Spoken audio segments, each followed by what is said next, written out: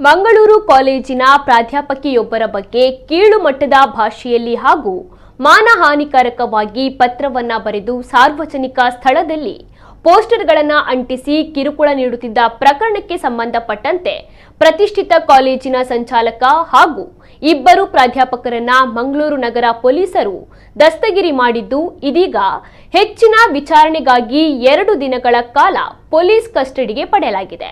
ಕಾಲೇಜಿನ ಸಂಚಾಲಕ ಲಾಯ್ಲಾ ನಿವಾಸಿ ಪ್ರಕಾಶ್ ಶೆಣೈ, ಅರ್ಥಶಾಸ್ತ್ರ ಉಪನ್ಯಾಸಕ ಬಂಟ್ವಾಳ ಸಿದ್ದಕಟ್ಟೆ ಮೇಗಿನ ಉಳಿರೋಡಿ ನಿವಾಸಿ ಪ್ರದೀಪ್ ಪೂಜಾರಿ ಹಾಗೂ ಕ್ರೀಡಾ ತರಬೇತುದಾರ ಹೆಬ್ರಿ ನಾಡ್ಪಾಲು ನಿವಾಸಿ ತಾರನಾಥ್ ಪಿಎಸ್ ಶೆಟ್ಟಿ ಎಂಬವರನ್ನ ಮಂಗಳೂರು ಸಿಸಿಬಿ ಪೊಲೀಸರು ಬಂಧಿಸಿದ್ರು.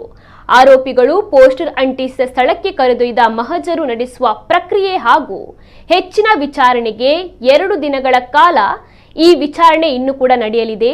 ಇನ್ನು ಯಾರೆಲ್ಲ ಈ ಕೃತ್ಯದಲ್ಲಿ ಭಾಗಿಯಾಗಿದ್ದಾರೆ ಎನ್ನುವ ಮಾಹಿತಿಯನ್ನ ಸಂಗ್ರಹಿಸಲಾಗ್ತಾ ಇದೆ ಎಂದು ಪೊಲೀಸರು ತಿಳಿಸಿದ್ದಾರೆ.